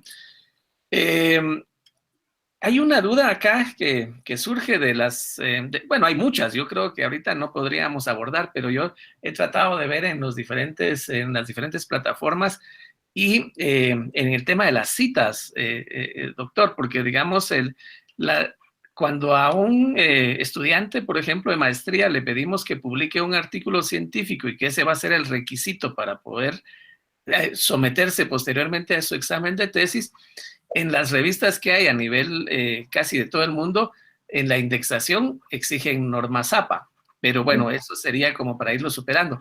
Pero si no son normas APA, ¿usted qué nos sugiere, doctor? ¿Cuál sería su sugerencia en este sentido? Bueno, en el capítulo 6 del libro Notas sobre investigación de redacción, incluyo ahí la propuesta que no es mía, sino que justamente es lo que se ha hecho todavía en algunos departamentos editoriales de la Universidad Nacional y en algunos editoriales se sigue utilizando para que no se siga con ese sistema APA. Se pone el nombre completo, comenzando por el nombre, los dos apellidos, coma, el título del libro en cursiva, coma, y la página, P punto, y la página o las páginas. O si es artículo de periódico, de revista o capítulo de un libro colectivo, después del nombre del o de los autores, va entre comillas el capítulo del libro colectivo o el artículo publicado en revista o en periódicos, y después la página, y en las referencias bibliográficas, en la bibliografía, monografía, se pone toda la información de la fuente, siempre. Y también, si son varios autores, aquí es uno de los problemas del APA, se van al famoso et al y otros. Y esto es lo que pasa muchas veces, que aparecen en ocasiones, y más si son trabajos en ciertas dependencias gubernamentales, privadas, se pone en primer lugar al jefe de la unidad, o si es por orden alfabético, pues nuevamente pueden surgir injusticias, porque es posible que quien haya trabajado más no sea aquella persona o aquellas personas que tengan sus iniciales, que comiencen sus apellidos con las primeras letras del abecedario, sino que sean de las últimas. Y entonces se van al famoso et al y otras. Y aquí nuevamente entramos a esta situación de injusticia, de que no se citan a todos los autores. Y yo digo que sí es necesario a pie de página poner todos los autores como respeto a ellos, a su trabajo, ¿no? Realmente. Y pues hagan ustedes la prueba. Yo he hecho pruebas con texto de 4 o 5 cuartillas en donde utilizo el sistema APA, en donde solamente está el nombre y el año y la página del autor de las citas, ¿no? Y la gente por lo general le va a atribuir esas ideas al autor que viene leyendo, citado al inicio, ¿no? Y de una u otra forma induce al plagio el tema APA, aunque en su manual tiene un capítulo para combatir el plagio. Hagan la prueba directamente. En cambio, si ponen ustedes el título, el nombre completo de él o de los autores, el título del libro o del artículo publicado y las páginas, es más fácil que se grabe que esas ideas, esa información es de un autor distinto al autor que se viene leyendo, autor del libro, del artículo. Es algo que se puede hacer por un breve experimento, yo lo he hecho, entre otras. Y también, pues, ignoran nuestra cultura en cuanto a la importancia de la madre. Realmente, pues aquí en la Ciudad de México ya está permitido que el registro de los niños en el registro civil pueda hacer primero que vaya la madre, el apellido de la madre, y después el del padre, como debe ser. Algo que yo había propuesto hace 3, 4 años, antes de esa normatividad en la Ciudad de México, en mi libro de vocaciones, vivencias personales, de que mi madre debería ir primero, ¿eh? Ahí, antes que el apellido de mi padre.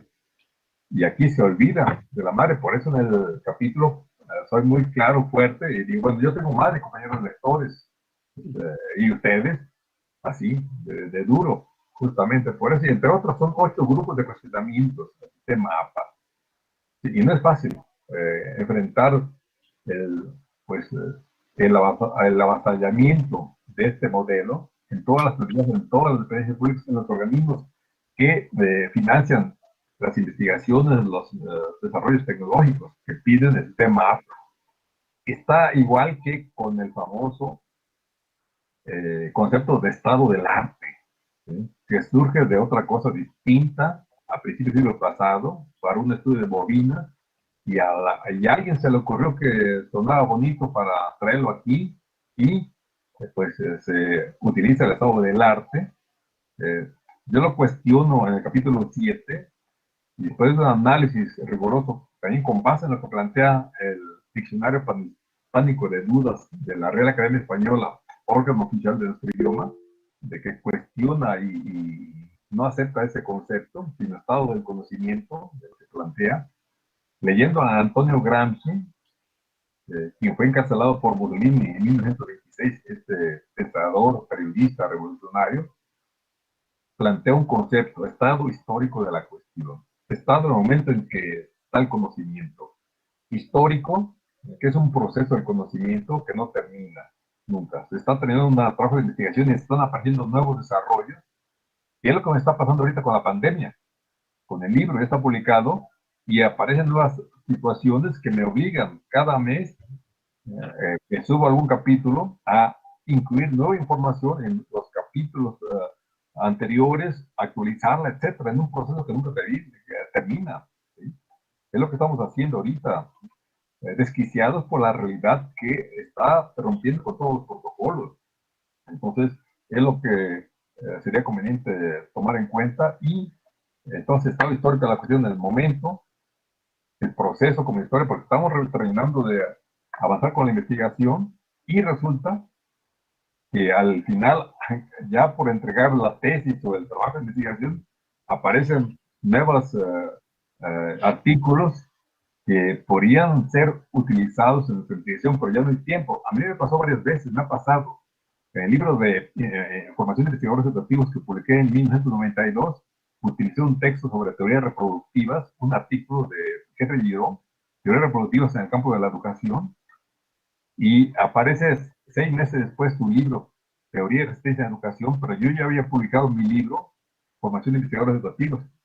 Sin embargo, vi que había varios planteamientos que me ayudaban a consolidar mis ideas y tuve que abrir un espacio en la siguiente edición para incluir esas ideas. Ahí están los libros, todo esto, y claro, antes era muy difícil hacer todo ese proceso, no había la situación que hoy tenemos de la facilidad de modificar de manera más sencilla los textos en Internet.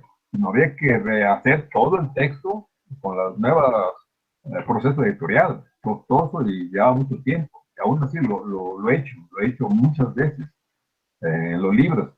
Y pues esto muestra que la realidad está constantemente cambiando, el conocimiento se está desarrollando vertiginosamente porque la realidad no está quieta, es lo que muestra justamente la visión del positivismo. Y lo peor es que esta corriente del positivismo no está presente solamente en las universidades, en los libros, en las conferencias, está presente en la vida cotidiana. Por eso Henry Guidó dice en ese libro, Teoría y Resistencia en Educación, lo que más siento es que mucha gente actúa dentro de la corriente del positivismo sin percatarse de que está actuando dentro de esa corriente que conduce a la pasividad, a la conformidad, a la inercia, y esto se traduce en la vida ciudadana.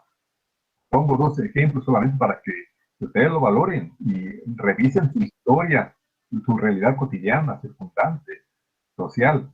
En el libro Metodología en la calle pongo dos ejemplos de cómo está presente el positivismo en el transporte público. Por ejemplo, en un vagón, en el metro, viajaba yo y encuentro un cartel que dice, ya no tienes que, para triunfar en la vida, sigue los 5 principios vitales que se encuentran en la más reciente novela de Carlos Cuauhtémoc Sánchez, Sangre de Campeón. O sea, ya la gente piensa que ahí está todo dicho y por eso tal proliferación de los libros de autoayuda, ¿sí? Piensan que ahí está resuelto el problema y resulta que no.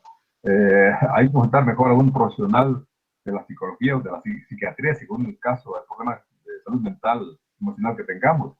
Y también en ese mismo día, en un andén del metro en donde viajaba, me bajé en el centro de la Ciudad de México y un cartel que decía, ya no tienes que pensar, deja que Paulo Coelho piense por ti. Y esto es lo que ahí lo tengo en el libro, ahí señalado. Refrenda toda la visión del positivismo. Ahí que planteaba Emilio Durkheim a principios del siglo pasado, en su libro Educación y Sociología, este destacado positivista. Hay hombres que nacieron para pensar y hombres que nacieron para obedecer, hombres de razón y hombres de sensación. Y todo esto es la reproducción de las relaciones de desigualdad, de poder en las sociedades. Es lo que se tiene justamente, para que se tenga conciencia de lo que implica una corriente de positivista. Pero en una universidad, siempre lo he dicho en todas partes, y lo he dicho en universidades con proyectos de Universidad Pueblo, que había en los años 80 en mi país 3 universidades, Guerrero, Puebla y Sinaloa. Ahí le decía, tienen que enseñarse todas las corrientes de pensamiento, todas, incluyendo el positivismo, sus variantes, funcionalismo, conductismo, estructuralismo, no solamente el marxismo, porque la universidad se nutre de la pluralidad del conocimiento y tienen que conocerlas a fondo para criticarlas. Porque yo me eduqué en el funcionalismo y sé de su importancia en información y también hice investigación propia del funcionalismo, una expresión del positivismo cuando trabajé en el Seguro Social, para justificar acciones gubernamentales, eran los estudios, para evitar conflictos institucionales, para hacer más eficiente el sistema social, del seguro social, de la prestación médica. Bueno, sé de su importancia, por eso es necesario conocer esas corrientes para criticarlas y pues retomar lo que planteaba Antonio Gramsci con esos términos. Si el interés del científico, de la científica, es alcanzar la verdad científica, es superior al punto de vista de aquel investigador que no rehuye el análisis de las posiciones del contrario, sino que las analiza críticamente para, si es necesario, la subordine a su propia estructura teórica conceptual. No de manera ecléctica, sino subordinada, porque los estudios funcionalistas, conductistas, también nos brindan mucha información si están hechos con la metodología empírica apropiada. Pero también vemos sus grandes limitaciones, ¿sí? Que no van más allá de hacer cambios de actitud, modificar algunos aspectos de la realidad, pero no de manera radical.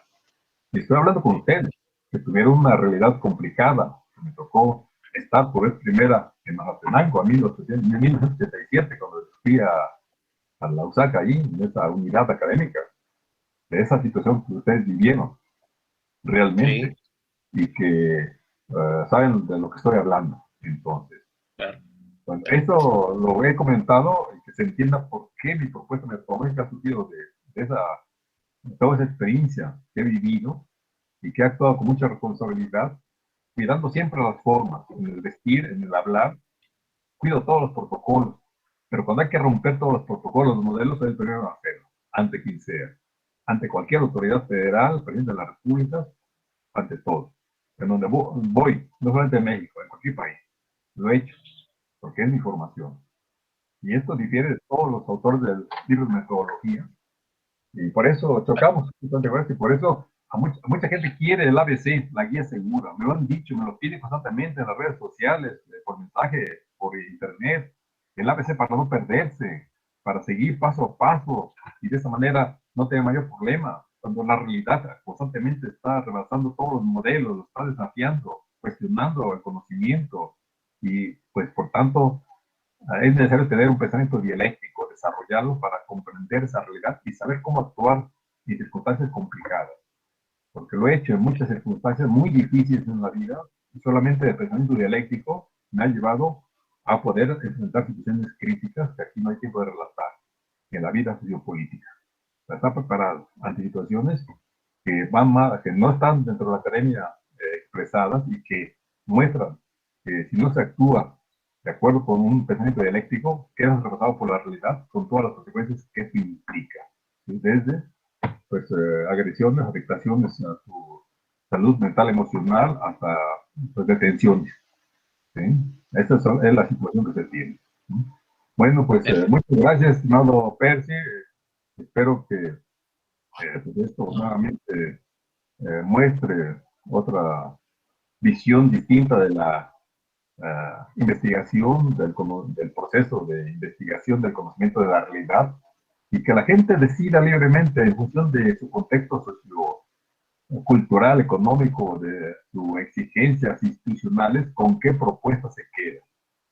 Finalmente, y también en función de la complejidad del objeto de estudio, sus tiempos, recursos, los objetivos de investigación, todo esto influye para definir la propuesta que mejor pues, atienda esos requerimientos y respetable, porque también he dirigido tesis con otras posiciones totalmente distintas. Y han sido muy buenas tesis en el campo del funcionalismo. Las he dirigido y se les ha dado mención honorífica. Pero también en la discusión ahí están los grandes vacíos en donde que ya nos llena un estudio de corte positivista, ya sea en el conductismo o en el funcionalismo. Pero hay que reconocer su importancia y que se enseñe en todas las universidades esas corrientes de pensamiento para actuar de manera crítica. Gracias, gracias, doctor, muy amable. Mire, hay varios saludos que han llegado de todos los espectadores. Sería imposible leerlos todos porque son muchos saludos, agradeciéndole, felicitándolo. Y bueno, hay más preguntas también, pero comprendo que por el tiempo, tanto el suyo como el que tenemos acá dispuesto para esta actividad, pues no es posible compartirlas todas. Y solo me quedaría con esta última, si usted me lo permite, una última pregunta de un profesor nuestro, ¿verdad? ¿Cómo superar, dice, en la formación de investigadores el denominado síndrome del impostor, que afecta a muchos maestrantes y doctorandos? Bueno, yo entendería aquí que Wildon Giovanni está planteando de que hay muchos que dicen ser investigadores, pero en realidad no son investigadores. ¿Cómo eliminar eso para que no afecte la formación de maestrantes y de doctorandos? Bueno, yo planteo una cuestión. Formarse como investigadores es parte de un proyecto de vida. Tenemos que ver la investigación como parte de nuestro proyecto de vida para que realmente la sintamos nuestra y que nos apasionemos por la investigación y solamente habiendo pasión por el trabajo, hay creatividad. Y si hay creatividad, podemos nosotros desarrollar planteamientos originales en nuestra propia área de estudio.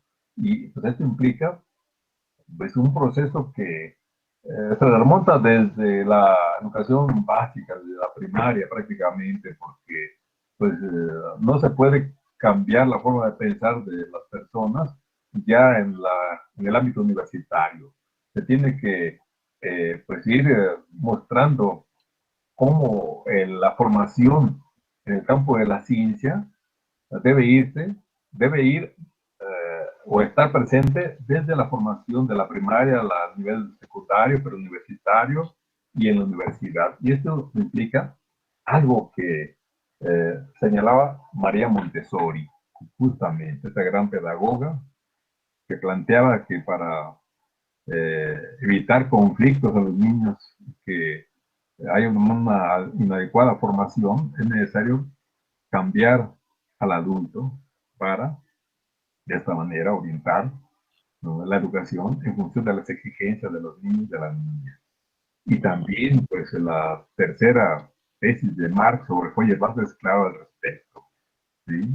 Lo que se trata ahora es de educar al educador, que en esa misma dirección va Paulo Freire, Antonio Gramsci, Henry Thoreau, Peter McLaren, estos grandes pedagogos, y que muestra justamente cómo tenemos que superar pues esas situaciones que se dan en todas las universidades, de pensar que ser investigador es solamente tener un puesto, un nombramiento. Ser investigador y investigadora significa más todavía un compromiso social, y más en nuestros países.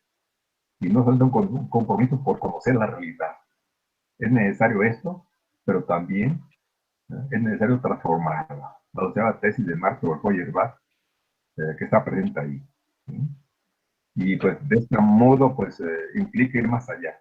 Y pues es ahí donde realmente se va a ver el compromiso real que tienen estos investigadores o investigadoras, que pues buscan espacios para su propio beneficio, dejando de lado el interés de colectivo de los profesores, investigadores, de los alumnos y estudiantes.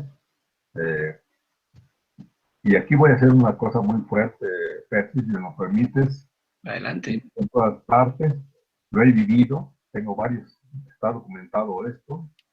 En todas las universidades hay mafias académicas que se apoderan de los recursos y se les da a quienes están cerca del poder, de quien tiene la capacidad de decidir, y se va dejando de lado a aquellos que no forman parte de esos grupos. Lo he vivido, tengo ya como profesor de la Universidad Nacional 52 años, y sé de lo que estoy hablando, lo he vivido, lo tengo documentado por experiencias personales. ¿Sí? Claro, en mi caso no me dejo, y lo publico en la prensa, aquí me faltó tiempo, lo divulgo masivamente o en las redes sociales y lo cuestiono. Por eso, pues realmente eh, soy allí una persona que, pues no grata para muchos, para el poder, allí, pero también, pues no me pueden decir nada porque, pues, por la antigüedad y por lo que he estado ahí trabajando con ahínco, con seriedad, con rigurosidad científica, todas mis investigaciones, ¿no? Y por eso. Pero sí, siempre he sido muy claro en todas partes, no importa donde me encuentre. Muchas gracias por el espacio y pues expreso estas opiniones en una universidad que también me enseñó mucho cuando he ido ahí en las tres unidades, Mazatenango, Quetzaltenango y la ciudad de Guatemala. Y pues les agradezco mucho su atención, su presencia y que pues espero verlos en alguna otra ocasión cuando ya se supere esta situación crítica que estamos viviendo con la pandemia. Enhorabuena, mis mejores deseos, cuídense mucho. Gracias de nuevo, gracias al compañero Cristóbal López, Cristian López, por el apoyo técnico, a mis colaboradores Claudia Aranda Cotero y Carlos Martínez Islas por su apoyo, y a todos ustedes por su presencia en esta plática. Enhorabuena, Gracias. pronto. Cuídense mucho. Gracias a usted, doctor. Bueno, nosotros tenemos un reconocimiento que ahora es de manera digital. Yo le voy a pedir al ingeniero Cristian que por favor lo comparta en la pantalla. No encontramos forma más grande que decirle gracias, como lo manda nuestra cultura maya quiché. Gracias, 3 veces gracias por esta presentación, por estos conocimientos, por la transformación que usted está haciendo en muchos estudiantes que van a ser nuestros futuros profesionales y que van a guiar la investigación. Le dejo el uso de la palabra entonces al maestro Jorge Francisco Saltis. Adelante, maestro Jorge. Muchísimas gracias, doctor Elsie. Un motivo de gran alegría para el Departamento de Estudios de Posgrado del Centro Universitario de Occidente haber tenido como conferencista en la clase inaugural de las actividades académicas de posgrados al doctor Raúl Rojas Soriano. Patentizamos nuestro agradecimiento a través del presente reconocimiento que dice así: Universidad de San Carlos de Guatemala, Centro Universitario de Occidente, Departamento de Estudios de Posgrado, otorga el presente diploma a doctor Raúl Rojas Soriano por su excelente disertación en la lección inaugural del ciclo académico 2021, titulado La investigación en los programas de maestrías y doctorados, una puerta hacia los nuevos conocimientos, llevado a cabo para el Departamento de Estudios de Posgrado del Centro Universitario de Occidente de la gloriosa y tricentenaria Universidad de San Carlos de Guatemala, dado en la ciudad de Quetzaltenango a los 27 días del mes de febrero de 2021. Y enseñada a todos, aparece la firma del doctor Percy Aguilar, director del Departamento de Estudios de Posgrado. Y nuevamente, doctor Soriano, muchas gracias y por haber compartido parte de sus conocimientos científicos con su audiencia. Es así como damos por terminada la primera parte de esta jornada académica, invitando a nuestra audiencia para que a las 14:30 horas nos podamos reunir por estos mismos medios digitales para escuchar la conferencia del doctor Carlos Maldonado. Que tengan muy buena tarde y buen provecho. Gracias, buen día. Hasta pronto. Gracias. Un abrazo a la distancia, doctor Raúl Rojas Soriano. Mi cariño, mi respeto. Espero verlo personalmente pronto por acá, por esta su casa, la Universidad de San Carlos y la ciudad de Quetzaltenango. Mejor, pues, gracias, maestro Jorge Esteban. Un abrazo, querido Raúl. Gracias, gracias.